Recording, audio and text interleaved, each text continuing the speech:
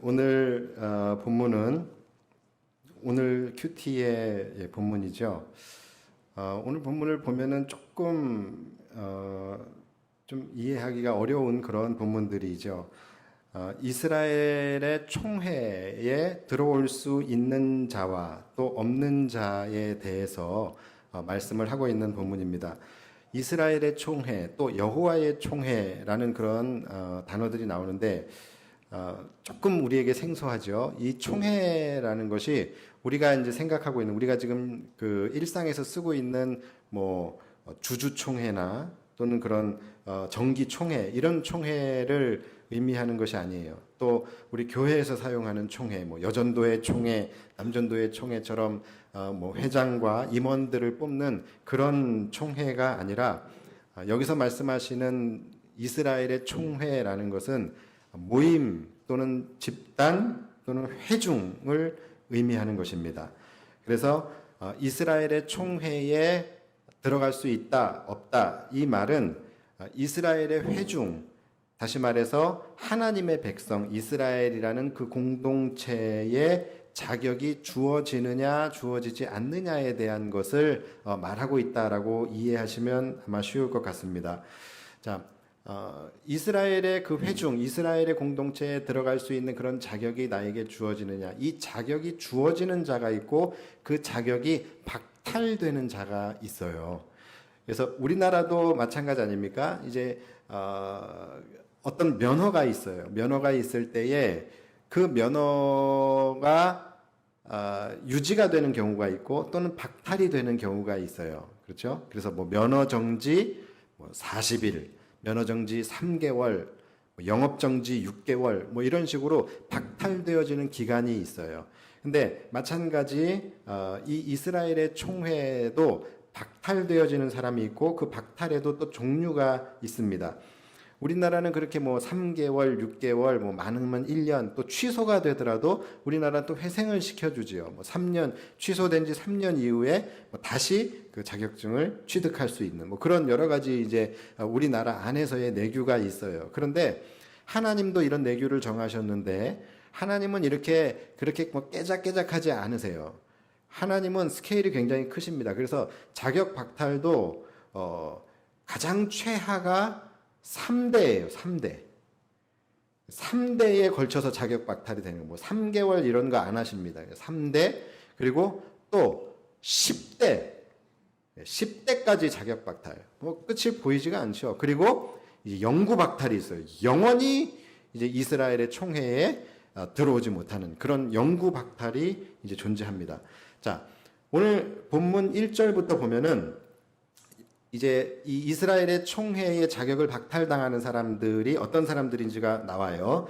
보면은 거세당한 자, 그렇죠? 거세당한 자 그리고 사생자는 여호와의 총회에 들어오지 못한다 이렇게 말씀을 하고 있어요. 자, 그러면 이들의 자격 박탈 기간이 얼만큼인지 이것을 빨리 맞추시는 분에게는 제가 선물을 드리도록 하겠습니다. 1절, 2절에 나와 있어요. 그러니까 이 거세당한 자와 사생자들의 자격 박탈이 기간이 어느 정도인지 맞추시는 분에게는 제가 이 고장난 휴대폰을 선물로 드리도록 하겠습니다.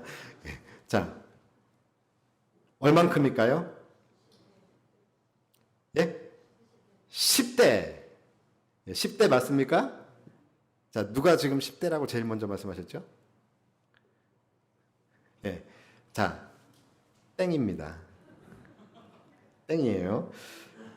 정답을 제가 말씀드릴게요. 이거 정답 맞추시는 분이 없을 거예요. 자, 정답은 뭐냐면 사생자는 10대까지 여호와의 총회에 들어올 수 없습니다. 그리고 거세당한 자는 영원히 영구 박탈입니다. 왜 그럴까요? 그 이유는 간단하지요. 자, 거세당한 자는 자손을 생산할 수 있어요, 없어요? 없지요. 그러니까 3대가 아니라 5대가 아니라 뭐 2대가 되더라도 그들은 자손을 생산할 수 없기 때문에 이 대수를 이어갈 수 없어요. 그래서 그들은 자연적으로 영구 박탈이 되는 거예요. 이것을 신학적 용어로 셀프 박탈이라고 이야기를 합니다. 자, 이처럼 하나님께서 보시기에 하나님이 판단하시기에 악함과 불의함의 정도에 따라서 3대 박탈, 또 10대까지 박탈 또는 영구 박탈 이렇게 나누어지게 됩니다. 자, 그러면 영구 박탈이 이제 문제예요. 영구 박탈은 도대체 이 사람들이 얼마나 악한 사람들이길래 하나님께서 이들은 영원히 이스라엘의 총회에 들어오지 못하도록 하나님께서 그렇게 말씀을 하시는 것일까? 자, 그들이 어떤 사람들인지에 대해서는 그 뒤에 3절부터 보면 나옵니다. 암몬 사람과 모압 사람은 여호와의 총회에 들어오지 못하리니 그들에게 속한 자는 10대뿐 아니라 영원히 여호와의 총회에 들어오지 못하리라. 자, 누구예요? 바로 암몬 사람들과 모압 사람들이 이스라엘의 회중에 영원히 들어오지 못하는 그런 족속들이라는 것인데, 하나님께서 이들이 도대체 뭘 어떻게 했길래, 이들이 무슨 잘못을 저질렀길래 하나님께서 이들의 자격을 영원토록 허락하지 않으신 것일까요? 그 이유 역시 바로 그 다음 4절에 나오고 있습니다. 4절을 보시면 그들은 너희가 애굽에서 나올 때에 떡과 물로 너희를 길에서 영접하지 아니하고 메소포다미아의 부돌 사람 부올의 아들 발람에게 뇌물을 주어 너희를 저주하게 하려 하였으나. 자, 여러분, 이 이유 때문에 이들은 영원히 이스라엘의 회중에 들어갈 수 없는 자격을 박탈당하게 된 거예요. 자, 이유만 들어보면 여러분 어떤 생각이 들어요? 이게 뭐 그 정도까지 잘못된 건가? 떡과 물을 주지 않은 것?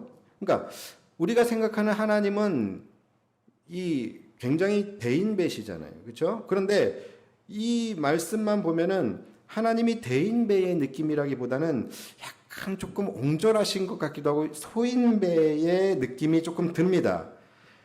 제가 정말로 이 싫어하는 말이 뭐냐면, 그러는 너는, 이 말 별로 안 좋아합니다. 보통 이제 다툴 때에 뭐 왜 그랬어 그러면 그러는 너는, 너도 그랬잖아. 이거 참 소인배 같지요, 그렇죠? 참 사람이 속 좁고 옹졸해 보입니다. 너도 지난번에 내가 그렇게 했을 때 너도 그렇게 했잖아. 이런 거 있잖아요, 그렇죠? 나 한 입만 줘. 싫어. 왜? 너도 지난번에 너 라면 먹을 때 내가 한 젓갈 달라 그랬는데 너 안 줬잖아. 어때요? 되게 사람이 옹졸해 보이고 속 좁아 보이죠. 그렇죠? 소인배 같죠. 그러니까 그러니까 이 모압과 암몬이 하나님의 백성이 되지 못하는 그 이유를 가만히 보니까 약간 이런 느낌이 조금 들어요. 그렇죠? 옛날에 무슨 일이 있었냐면, 이스라엘 백성들이 이제 출애굽을 하고 광야에서 이제 모압과 암몬 땅을 이 가로질러 가야 되는 그런 상황이 있어요. 물론 돌아갈 수도 있겠지만 이제 가로질러 가는 것이 쇼컷이에요. 그래서 그들에게 이제 정중하게 부탁을 합니다. 우리 이스라엘 백성들이 가나안을 향하여 가야 되는데 당신들의 땅을 좀 지나가야겠습니다. 그러나 우리가 그 어떤 곳도 들르지 않겠습니다. 그리고 왕의 대로, 큰 대로로만, 그 중심으로만 가면서 좌로나 우로나 쳐다보거나 치우치지 않고 앞만 보고 그냥 지나가기만 하겠습니다. 먹는 것도 우리 거 먹을 것이고 혹시라도 물이라도 먹어야 된다고 한다면 당신들에게 돈을 주고서 사 먹겠습니다. 그러니까 지나가게만 해주십시오 라고 부탁을 해요. 그런데 이 모압과 암몬 이 족속들이 아주 치사하게 허락을 하지 않아요. 땅을 내어주지 않아요. 그래서 이들이 쫙 돌아가게 됩니다. 이 얼마나 피곤하고 힘들고 지쳐있는 이스라엘 백성들, 가장 어렵고 힘들 때에 도와주기는커녕 그들을 대적하고 또 그들을 배척했던 이 자들이 바로 모압과 암몬 족속이에요. 거기다가 또 하나 추가죠. 발람이라는 주술사에게 그들이 뇌물을 주고 저 이스라엘 민족들, 이스라엘 백성들을 저주하게 한 사건도 있었어요. 그러니까 하나님에게 아주 밉상이 된 거예요. 하나님이 이들에게 아주 빈정이 상하셨어요. 그래서 그들을 아예 영구 제명시켜버린 거예요. 영원히 그 자격을 박탈시켜버리신 거예요. 이스라엘 백성들에게 이스라엘아 들으라 너희는 절대로 쟤네들이랑 놀지 마. 그리고 쟤네들이 들어와도 절대로 끼워주지 마. 그리고 너희들 기도할 때도 쟤네들의 평안을 구하는 기도는 하지도 마. 이렇게 하나님께서 명령을 하십니다. 오늘 본문 6절이 그래요. 내 평생에 그들의 평안함과 형통함을 영원히 구하지 말지니라. 그러니까 그들을 위해서는 축복도 하지 말고 기도도 하지 말라는 거예요. 참으로 뒤끝 있는 하나님의 모습을 우리는 보고 있습니다.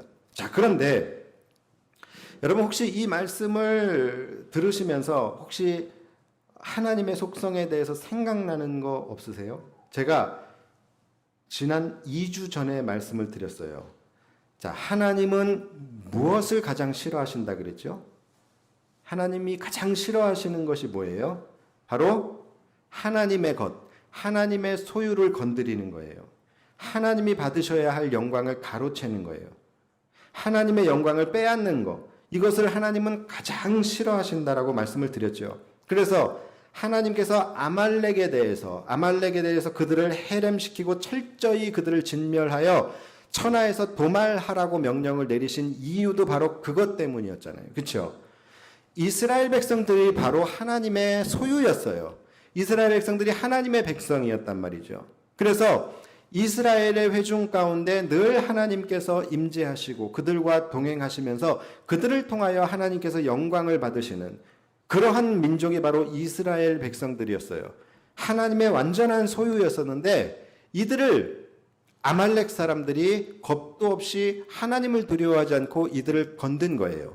그것도 어떻게 해요? 가장 비겁하게 뒤에서 약한 자들을 치는 그러한 만행을 이 아말렉 족속들이 저질렀기 때문에 하나님께서 그들을 가만 놔두지 않으셨어요. 그들의 이름을 천하에서 도말하라. 그들에게 해렘을 명하셨던 것이죠. 그러니까 하나님께서는 그분의 소유, 그분의 백성들을 건드리는 것은 곧 하나님을 대적하는 것이다라고 간주하신 거예요. 자, 그래서 하나님은 그분의 소유를 끝까지 지키십니다. 여러분, 이 말이 다른 말로 하면은 뭡니까? 그만큼 하나님께서는 그분의 소유된 백성들을 끔찍하게 아끼고 사랑하시고 그들을 지키신다라는 거예요. 성경을 보면은 이스라엘 백성들이 온전히 하나님의 소유된 백성이었을 때가 있고 이스라엘이 하나님을 그 마음에 두기 싫어하고 하나님을 떠날 때가 있었어요. 그렇죠? 그런데 이스라엘 백성들이 온전히 하나님의 소유된 백성으로 하나님을 잘 섬기는 그런 시기에서는 단 한 번도 그들이 다른 나라 족속들에게 해함을 당하는 것을 하나님이 그냥 놔두신 적이 없어요. 이스라엘이 해함을 당하는 것을 하나님이 단 한 번도 허락을 하신 적이 없어요. 그만큼 하나님께서는 그분의 소유된 백성들을 끔찍하게 아끼고 지키고 보호하셨습니다. 자, 무슨 말이냐면 이스라엘이 온전한 하나님의 백성이 되었을 때 하나님 역시 온전히 그들의 하나님이 되어주셨다라는 거예요. 반면에 이스라엘이 전쟁에 패하고 망하고 나라를 빼앗기고 포로로 잡혀가고 그들의 자랑이었던 예루살렘 성전이 허물어지고 이럴 때는 여지없이 그 이유는 한 가지 때문이었어요. 그게 뭐냐면 그들이 온전한 하나님의 백성이 되지 못했을 때, 하나님의 소유가 되지 못했을 때, 그들이 하나님을 떠나 죄 가운데 거할 때, 그럴 때에는 하나님이 그들을 유기하시는 거예요. 하나님이 그들의 하나님이 되시는 것이 아니라 그들을 놔버리십니다. 유기하시는 거예요. 죄 가운데에 그냥 버려두시는 겁니다. 그렇게 하나님이 그들을 유기하시는 순간 그들은 그냥 여지없이 모든 힘을 잃어버리고 다른 주변 민족들의 먹잇감이 되어버리는 그런 역사의 현장들을 우리는 성경을 통해서 볼 수 있습니다. 여러분, 다시 한번 제가 여러분들에게 강조합니다. 하나님의 온전한 백성이 되시기를 주님의 이름으로 축원합니다. 하나님의 소유가 되시기를 주님의 이름으로 축원합니다. 그것만이 살 길이에요. 우리가 그것만이 살 길이에요. 또한 여러분들을 통하여 여러분들이 하나님 안에 거하고 하나님이 여러분 안에 거하시면서 여러분들을 통하여 하나님이 영광을 받으셔야 돼요. 그래서 여러분들은 반드시 하나님께 영광이 되는 삶, 하나님께 영광 올려드리는 삶을 사셔야 됩니다. 그래야 누구든지 여러분들을 건들지 못해요. 왜냐하면 하나님은 그분의 영광을 가로채고 그분의 영광을 빼앗기는 것을 절대로 허락하지 않으세요. 여러분이 하나님의 영광이 된다면, 여러분들이 하나님께 영광 올려드리는 삶을 사신다면 그 누구도 여러분들을 해하지 못할 거예요. 하나님이 허락하지 않으십니다. 그래서 제가 이 말씀의 자리에서 시마다 때마다 날마다 여러분들에게 계속해서 강조했던 건 뭡니까? 우리의 모든 주권을 하나님께 내어드려야 된다는 거예요. 우리의 모든 주권을 온전히 하나님께 내어드려서 하나님께서 내 인생의 주인이 되셔야 된다는 거예요. 입이 닳도록 말씀드린 거예요. 주권이라는 게 뭐예요? 주인이 되는 권리예요. 그것을 내가 가지고 있는 것이 아니라 그것을 하나님 앞에 올려드릴 때 하나님께 내어드린다라는 것이 뭡니까? 그분이 나의 주인이 되는 거예요. 그러면 나는 뭐가 되는 겁니까? 그분의 소유가 되는 거예요. 내가 그분의 소유가 될 때에 그 말이 바로 하나님께서 구약 성경에 계속해서 말씀하시는 그 말이 바로 너희는 나의 백성이 되고 나는 너희의 하나님이 되리라. 이 말씀이거든요. 자, 그런데 우리는 실제로는 우리의 인생의 주권을 내어주는 것을 너무나 싫어해요.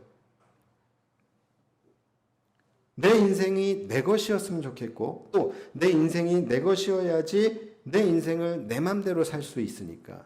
그런데요, 그럴 것 같지만 여러분 전혀 그렇지 않습니다. 정반대예요.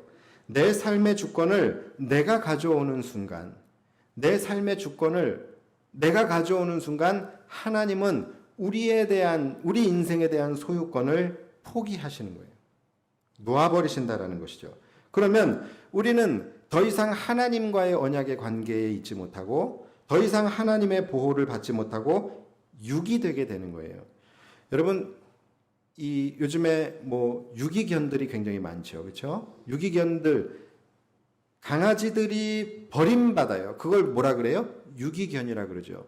유기견들을 보면요, 너무너무 불쌍해요. 보통 원래부터 그냥 똥개들, 원래부터 그냥 이 길거리에서 그냥 주인이 없는 그런 개들은요, 그냥 그러려니 해요. 그런데 유기견들을 보면 너무 불쌍해요. 왜냐하면 어떤 그 강아지들은 옷도 입고 있고 핀도 차고 있고. 이게 무슨 말이에요? 버려지기 전에는 얘가 사랑을 받던 아이였다라는 거예요. 버려지기 전에는 먹여주고 입혀주고 지켜주던 자가 있었다라는 거예요. 존귀히 여김을 받던 존재였다라는 거예요. 그런데 지금은 저렇게 버려져서 겉모습은 핀을 차고 있는데 흙을 파먹고 있고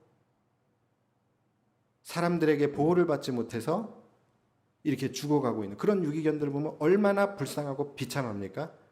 여러분, 우리가 인간이 하나님으로부터 유기를 당하게 되면 이렇게 비참해지는 거예요. 우리가 하나님과의 언약 관계에 있을 때는 하나님의 보호를 받고 하나님께서 우리를 존귀히 여겨주셔요. 그래서 누군가 우리를 해하려고 할 때 하나님이 그것을 허락하지 않으시고 오늘같이 이스라엘을 선대하지 않았다는 이유만으로 그 자식들을 영구 박탈시켜버릴 만큼 하나님은 자신의 백성들을 그렇게 보호하셨던 분인데 그 하나님으로부터 유기가 되는 순간에 인간의 인생은 그렇게 비참해지고 불쌍해질 수밖에 없는 거예요. 그래서 여러분, 하나님이 우리의 하나님이 되신다라는 것은 굉장히 큰 은혜이죠. 그러나 하나님께서 우리의 하나님이 되신다라는 것을 이제 포기하고 우리를 유기하신다는 것은 굉장히 두려운 말씀입니다. 그렇게 하나님이 우리를 유기하시는 순간 우리는 먹잇감이 되는 거예요. 원래 우리 자체는 힘이 없는 존재입니다. 원래 우리는 힘이 없어요. 지금까지 오직 그 하나님의 보호하심과 그분의 힘과 그분의 능력으로 지금까지 살아오던 자들이었어요. 그분의 은혜가 없으면 단 하루도 살 수 없는 그런 존재가 바로 우리들이었어요. 그런데 그런 우리들에게서 그 하나님의 은혜를 거두시는 순간 뭐만 남습니까? 작고 비참하고 초라한 우리들만 남는 거예요. 그런데 어느 대적이 우리를 보고 가만히 놔두겠습니까? 성경에 나오는 모든 역사들이 그것을 그대로 증명하고 있어요. 이스라엘 백성들이 하나님의 온전한 소유가 되고 그분의 말씀과 법도와 규례를 잘 지켜 행하고 있을 때에는 그렇지 않았는데, 그렇지 않고 그들이 하나님을 멀리 떠나고 날마다 죄 가운데 행하게 되니까 하나님께서 그들의 하나님이 되시는 것을 포기해 버리십니다. 그리고 그들을 유기하셔요. 그들에게 손을 떼셔요. 그들을 멸망의 죄악 가운데 그냥 이제는 내버려 두시는 거예요. 그러자마자 이스라엘 백성들은 어떻게 됩니까? 여지없이 힘을 잃어버리고 대적들의 먹잇감이 되어버려요. 그래서 아수르에게 삼켜 포로가 되어지고 바벨론에게 망해서 포로가 되어져 버리고 그들의 자부심이었고 자랑이었던 예루살렘 성전마저도 돌 위에 돌 하나 남지 않고 싸그리 무너져 버리는, 그것조차 지킬 힘이 없었던 이스라엘 백성들, 하나님의 은혜가 거두어지는 순간 그렇게 되는 거예요. 다 같은 이유예요. 그들이 온전한 하나님의 백성이 되지 못하고 그들이 하나님의 소유가 되지 못했어요. 하나님은 그들을 통하여 영광받지 못하셨고 그들은 하나님의 기쁨이 되지 못했어요. 그럴 때에 하나님은 그들을 내버려 두시는 겁니다. 이렇게 인간이 스스로 하나님의 백성이 되는 것을 포기함으로 인해서 하나님도 그들의 하나님이 되심을 포기하고 더 이상 그들을 돌보지 않으시고 그들을 죄악 가운데 내어버려 두심으로 하나님의 유기가 시작이 되는 거예요. 그래서 역대하 30장에 보면은 너희 조상들과 너희 형제 같이 하지 말라. 그들은 그의 조상들의 하나님 여호와께 범죄하였으므로 여호와께서 멸망하도록 버려두신 것을 너희가 똑똑히 보는 바니라. 하나님 앞에 범죄함으로 하나님과 멀리 떨어지게 되면 하나님께서 죄악의 멸망 가운데로 버려두신다라는 거예요. 로마서에서도 그러므로 하나님께서 그들을 마음의 정욕대로 더러움에 내버려 두사.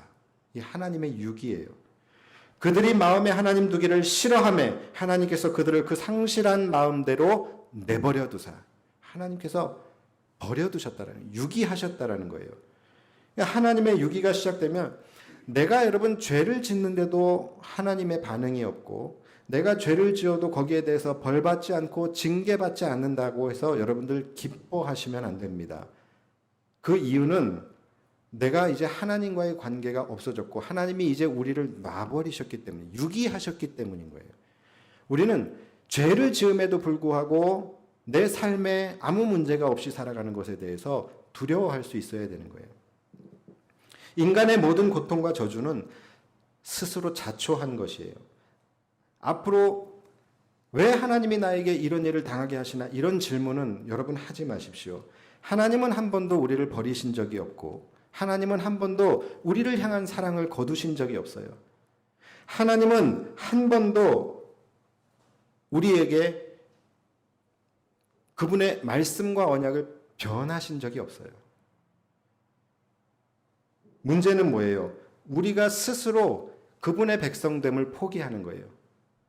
우리가 스스로 하나님의 백성됨을 포기하고 자기가 자기 인생의 주인이 되어지는 그러한 교만함, 자기 힘으로 살고자 하는 그러한 교만함, 내 인생의 주권을 내가 가지고 오는 교만함, 또 하나님이 아닌 다른 것을 더 사랑하고 다른 것을 더 섬기는 우상 숭배, 하나님이 가장 싫어하는 것들, 이것들 때문에 하나님이 우리를 붙들고 있던 그 손을 놓아버리시고 우리를 유기하시는 거예요. 우리의 하나님이 이제 더 이상 되어주시지 않는다라는 거예요. 그래서 여러분, 다시 한번 제가 말씀드리지만 내 인생의 주권을 하나님께 내어드리는 것, 이것은 너무나 중요한 문제예요. 성도의 출발점은 바로 여기서부터 시작이 되는 거예요. 그리고 이 사람이 성도인지 아닌지를 가늠할 수 있는 시금석도 바로 이것입니다. 내 인생의 주권이 누구에게 있느냐? 내 인생의 모든 주권을 하나님께 올려드렸느냐? 내 인생의 주권을 하나님께 올려드리지 않는 성도는 이 세상에 존재할 수가 없습니다. 하나님의 백성이라는 말 자체가 소유격이에요. 하나님이 그 소유를 가지고 계신다는 거예요. 그러니까 하나님의 백성이란 자신들의 주권을 하나님께 온전히 올려드린 자들의 모임이 하나님의 백성인 거예요. 그렇기 때문에 내 주권을 끝까지 내가 붙들고 있는 자는 성도가 될 수가 없는 거예요. 그런 성도는 이 세상에 존재할 수가 없어요.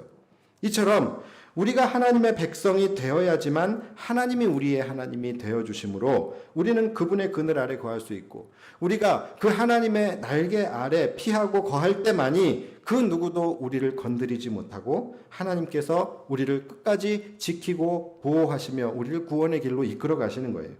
오늘 본문도 보세요. 모압과 암몬이 감히 하나님의 백성들이 가는 길을 막았어요.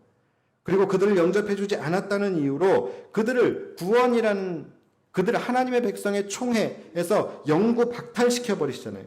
제가 이 본문을 보면서 하나님이 왜 이렇게 속이 좁으시나? 그거 길 좀 막았다고 해서 하나님도 그렇게 똑같이 하셔야만 하는가? 이런 생각이 들기보다는 오히려 저는 이만큼 하나님께서 자신의 백성들을 철저하게 지키고 이만큼 하나님께서 자신의 백성들을 그만큼 사랑하시고 아끼고 존중해 주시는 것, 여기에 대해서 더 하나님에 대한 감동을 느끼게 됩니다. 여러분 요즘에 보십시오. 요즘에 이렇게 아주 이렇게 극한 결정적인 이런 순간들이 있잖아요. 특히 코로나 사태, 이러한 사태를 볼 때에 각 나라들이 하는 반응을 보세요. 이럴 때에 그 각 나라들이 어떻게 하는지를 한번 보시면은 이들의 이 본성이 그대로 드러나고 있어요. 뭔가 범세계적인 위기가 딱 닥쳐왔을 때에 이 나라들의 반응을 보면요, 정말 유치하고 이기적이다라는 생각이 들 정도로 딱 닫아버립니다. 왜 그럴까요? 자국민을 보호하기 위해서. 자국민을 보호하기 위해서 다른 나라의 결례를 범하는 것에 대해서 그들은 두려워하지 않아요. 이것으로 인해서 외교적 손실을 입을 것을 그들은 감내하면서도 자국민을 보호하기 위해서 굉장히 이기적인 결정들을 내려요. 실제적으로 우리나라에 이 코로나가 막 전파됐을 때 딱 우리나라랑 담을 쌌죠. 거의 모든 나라들이 우리나라 입국 금지 딱 시키고. 그러니까 이것을 우리가 이기적이라고 생각해야 할 것인가? 뭐 중국이 이 우한 폐렴의 근원지였지만 이것이 이제 우리나라로 확산이 되면서 그들이 우리나라를 막았잖아요. 이것에 대해서 우리는 중국을 막 욕했어요. 그런데 여러분, 욕할 일이 아닙니다. 자국민을 보호하기 위해서 하는 그들의 이기적인 행동, 그거는 합리적인 거예요. 뭐라 할 수 없는 거예요.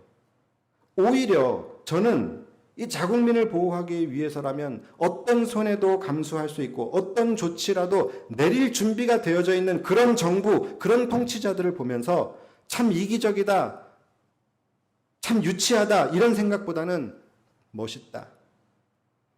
저 나라 국민들은 참 든든하겠다. 저런 지도자가 있고 저런 정부가 있어서 참 든든하겠다. 이런 생각이 들었어요. 우리는 어떤가요? 부러워할 필요 없어요. 여러분, 우리에게는 가장 훌륭한 그런 통치자가 우리에게 있습니다. 누굽니까? 문재인 대통령이 아니라 하나님 아버지예요. 하나님이 우리에게 그런 왕이세요. 하나님이 바로 우리에게 그런 통치자시라는 거예요. 정말 하나님이야말로 자신이 사랑하는 자신의 백성들을 위해서라면 그 어떤 것도 마다하지 않고 그 어떤 희생도 마다하지 않으시고 오직 자신의 백성들을 위해서만 이 세상을 운행하시고 역사하셨던 왕이 우리 하나님이세요. 심지어 하나님의 역사를 보면요, 자신의 백성들을 보호하기 위해서라면 바다까지도 갈라버리시는 분이 하나님이시죠. 자신의 백성들을 보호하기 위해서라면 필요하다면 자신이 창조한 이 세계 창조 질서를 거스르고 그 창조 질서를 무너뜨려가면서까지 초자연적인 기적을 통하여 자신의 백성들을 보호하신 분이 하나님이시죠. 우리 하나님, 자신의 백성들에게 젖과 꿀이 흐르는 그 가나안 땅을 주시기 위해서, 그들에게 그 가나안 땅 주시기 위해서 수많은 민족들을 희생시키신 분이 우리 하나님이에요.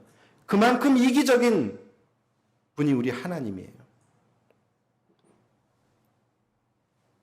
자신의 백성들이 싸우기라도 하면 이들이 다칠까 먼저 나가서 막아주시고 먼저 나가서 싸워주신, 자신의 백성들을 보호하시기 위해서, 이런 분이 우리 하나님. 이거 여러분 사실 반칙이거든요.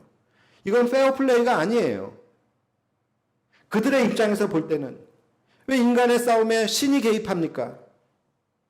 인간의 싸움, 인간의 전력으로 비교를 하자면 말도 안 되게 이스라엘이 열악한 상황인데, 누가 봐도 이들이 이기는 싸움인데 여기에 하나님의 역사가 개입하셔서 이스라엘을 승리로 이끌어 가시는, 이거는 사실은 상대편의 입장에서 볼 때는 이것은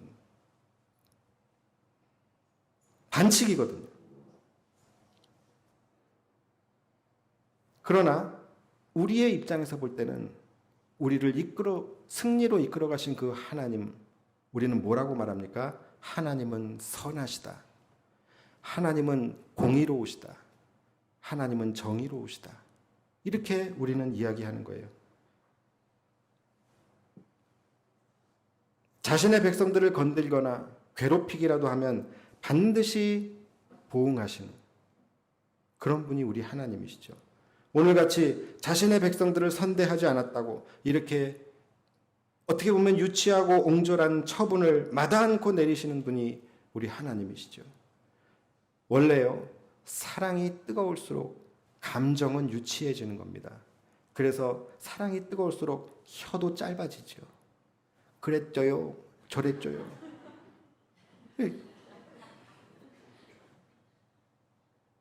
그러니까 우리를 향한 그 하나님의 한량없는 그 사랑이 막 계속해서 도를 넘어가고 있는 거예요. 결국은 결코 있을 수 없는 그런 위대한 사건으로 그 사랑은 정점을 찍게 되죠. 어떤 사건이에요?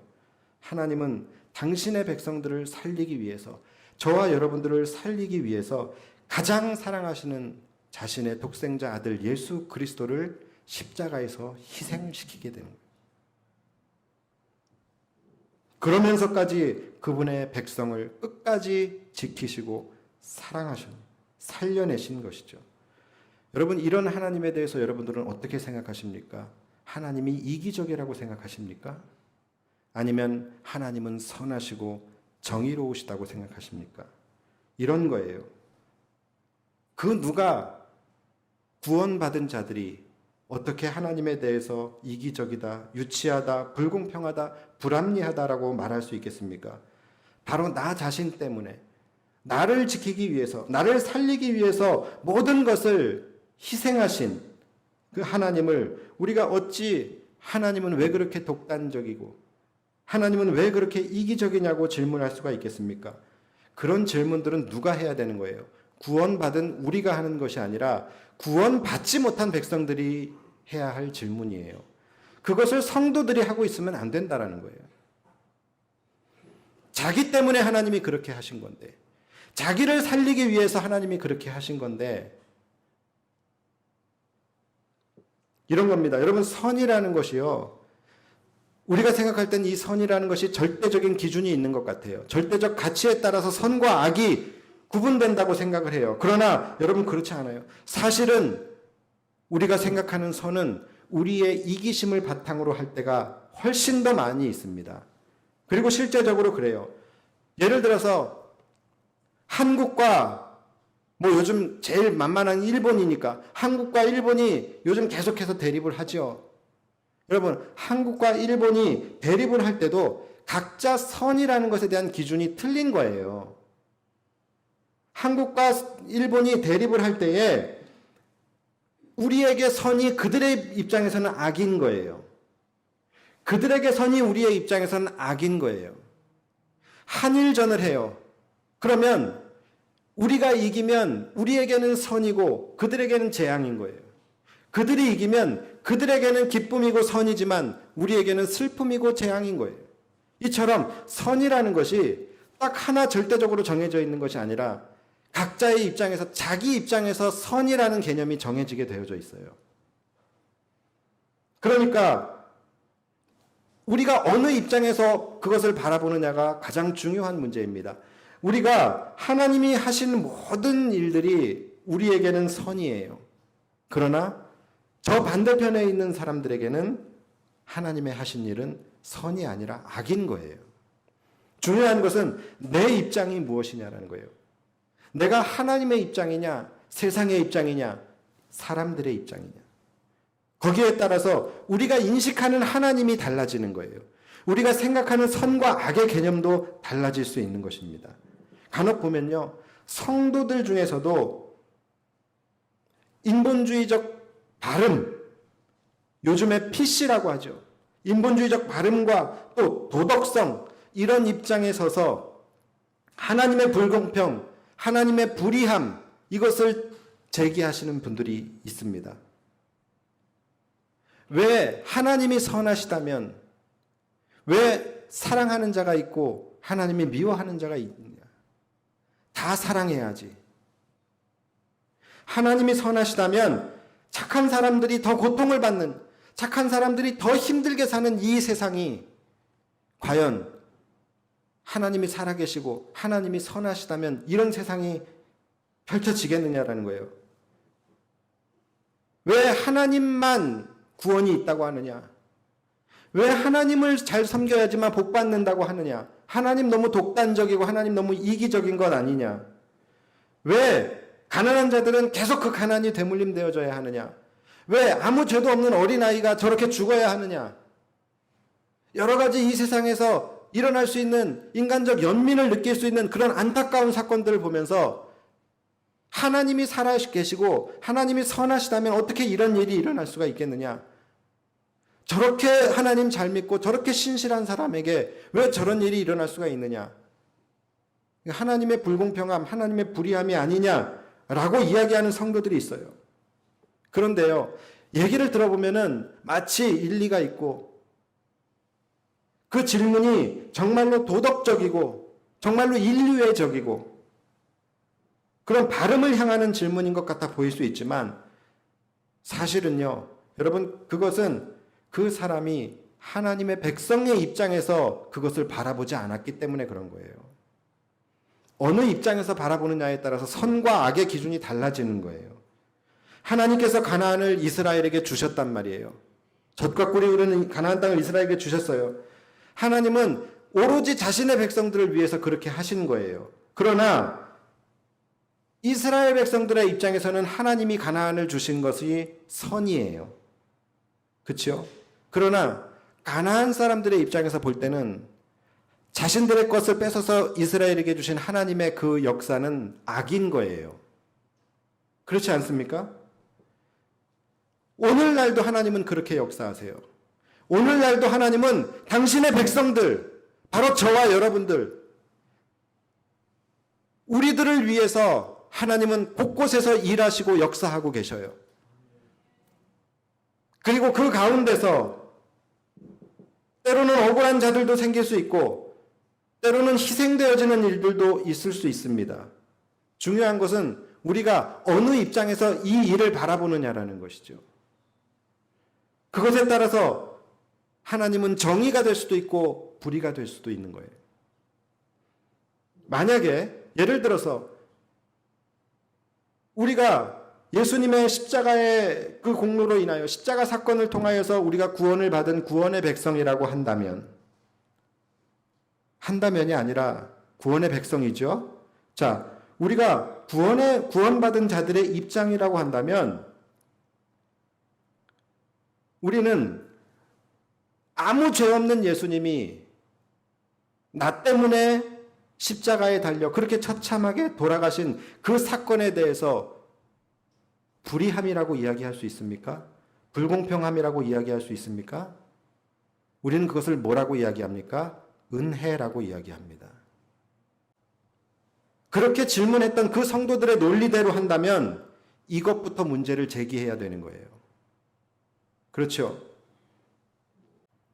하나님이 우리의 하나님이 되시고 그 하나님께서 그분의 백성들을 위해서 오늘도 일하고 계심을 우리가 믿고 있다면 이 세상에서 일어나고 있는 모든 일들에 대해서 때로는 우리가 이해하기 힘든 그러한 부분이 있다 할지라도 모든 것은 하나님의 선하심으로 결론 내릴 수 있어야 합니다. 그것이 믿음이에요.